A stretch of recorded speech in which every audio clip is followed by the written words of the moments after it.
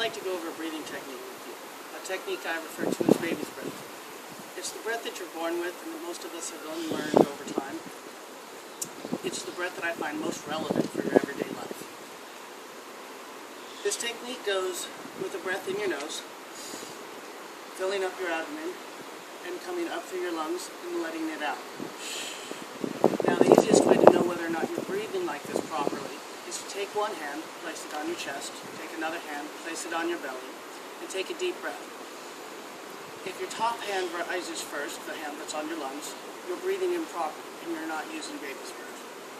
If your lower hand rises, most likely you are breathing properly. Now, the easiest way to start learning this and to readjust yourself to this breathing is, again, take a breath in your nose.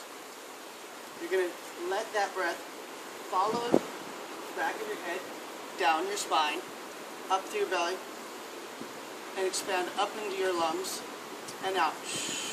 Whether it's out of your mouth or out of your nose, either one is fine. Now with this, the way it was described to me is using colors. Let's say you breathe in the color red. Red comes in, transfers up and around down through the spine, comes up several inches below the navel to a shelf and changes colors. As it changes colors, it slowly comes up. Say it's transferring into blue, up through the lungs and out.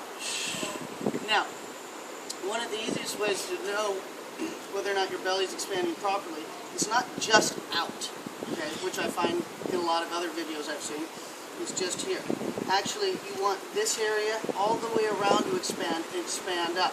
So, to test whether or not you're doing that, you take your hands, slide them down your spine until you find yourself on a shelf, and as you take a breath, you'll find that all of this area in your hand will expand and expand up, allowing that breath to come out.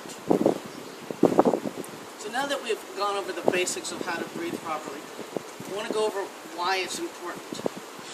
Well, when you're breathing like this, it allows stale air to be pressed from the lower part up and out from each breath.